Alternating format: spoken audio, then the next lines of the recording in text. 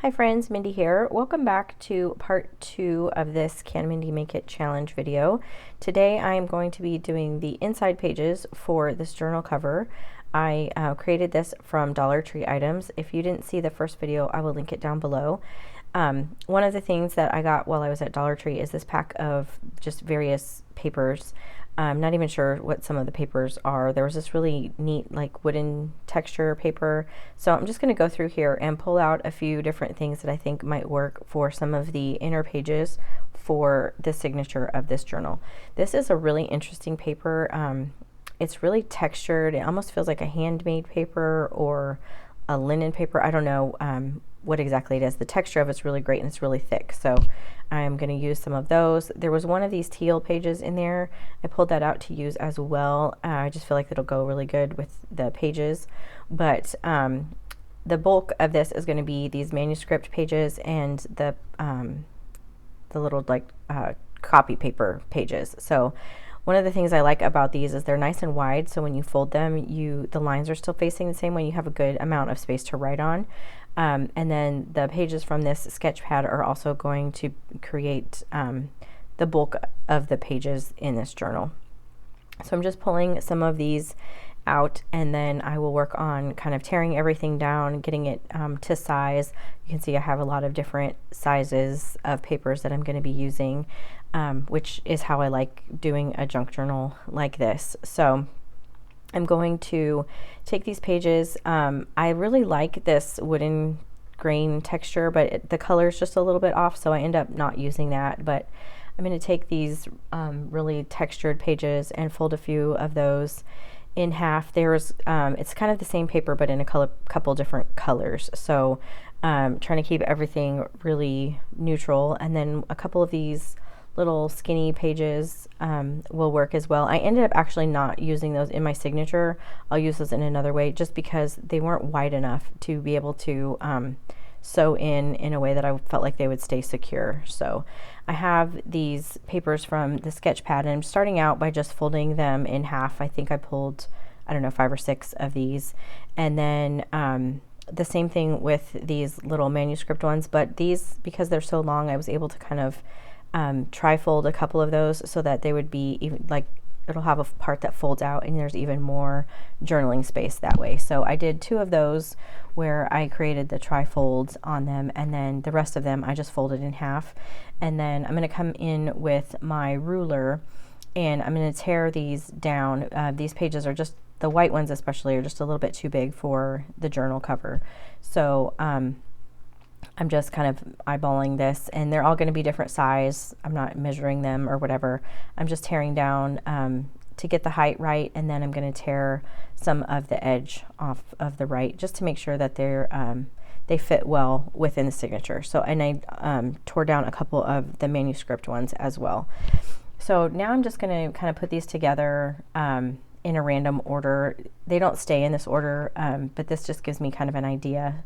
So I'm varying again the really heavy textured papers, the shorter ones with the sketchbook paper and the manuscript. And I'm actually going to end up doing a treatment. I'm going to coffee dye some of these papers.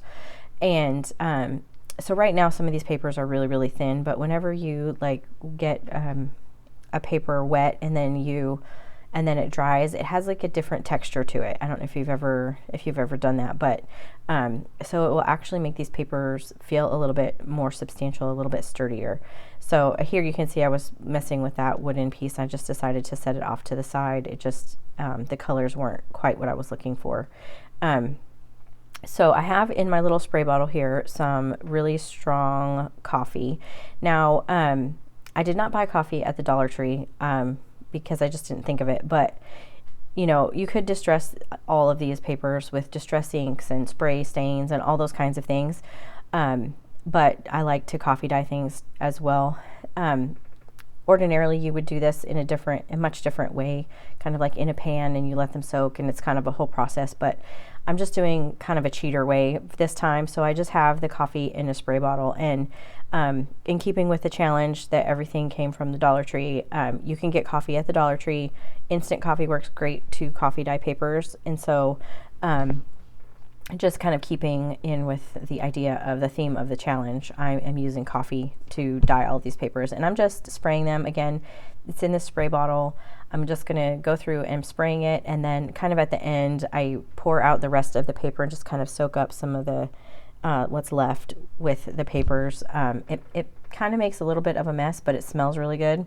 So and again, this is not the traditional way to coffee or tea dye something, but it works for a little project like this. So you can see I'm just going through, being very, very careful, because once these pages, especially these thinner ones like that manuscript paper, once it gets wet, it's really, really thin.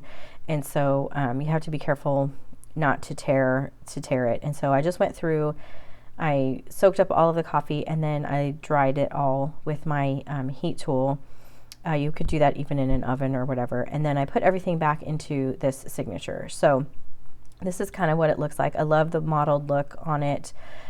Just gives it some more interest and kind of a jumping off point, so you're not dealing with like really stark white pages if you're especially if you're trying to do something that's more vintage.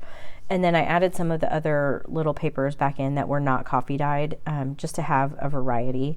You can see here I did rip one of the pages. This one got really, really wet, and so it did tear. I'm okay with that.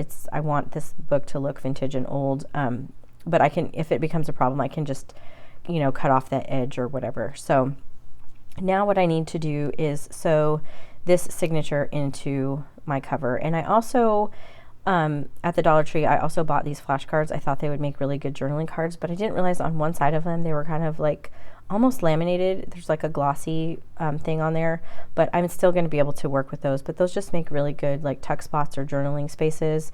You can collage on them and even add some other papers to them, and then you can make, you know, stick them in a pocket or do whatever. And I used these particular ones because of the color, and it just matches with the color of the manuscript paper.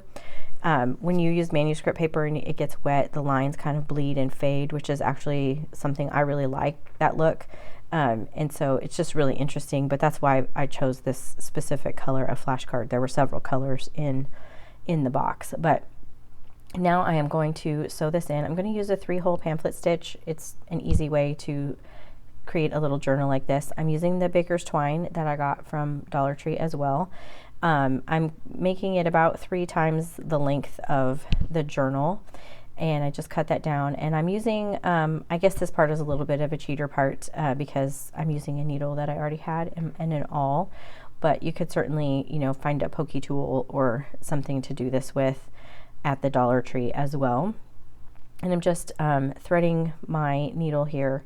It's a little bit difficult with baker's twine, but we got it in there. And I'm just kind of lining everything up, and I'm going to punch my holes. Ordinarily, like, I thought I had this set so that those little shorter pieces would hit both at least 2 of the holes. That's just a way to make sure your papers are really secure. But there's one of them that did not make it. I think it'll be okay, but I'll show you at the end. It's a little bit loose. So I'm just poking my 3 holes here using my awl. I'm into a styrofoam board. You could use a phone book or just an old book or whatever, and I'm leaving my awl in there just to kind of help me while I'm doing this.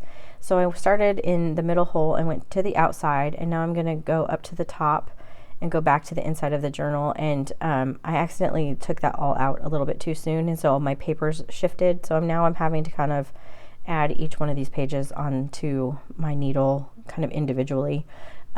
It's not a big deal. It's just, you know, it's just one of those things. I wasn't holding on to the paper tight enough. Normally you can just kind of slip your needle back through there, but once in a while it goes awry. So I'm just adding all of these back onto my needle here, and then so I'm coming back into the inside of the signature now, and then I'm going to go all the way down to the bottom and back out to the outside, and then from the outside I'll come back in through that middle hole.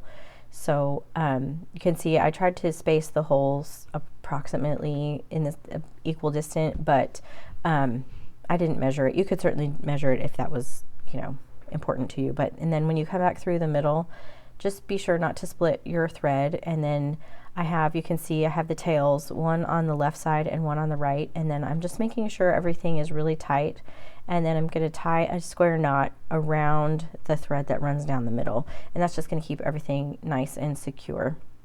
And then I'm trimming down the extra thread here to about the same size as what's stitched in there, and then just kind of tucking it underneath. You could leave them long and hanging. I've done that before as well, but that is that's everything. So I'm going to do another video where I actually decorate the pages and use those journaling cards and different things. But for now, this is just a quick flip through. I'll show you, get to this one little card here at the end, and it's just, it's not quite secure. You can see it's this one. It's not in two holes, and so it's a little wiggly, but I think it will be okay. So if you have any ideas for future Can Mindy Make It videos, please leave them down below. If you like this video, give it a thumbs up and subscribe to my channel if you haven't already. And until next time, bye-bye.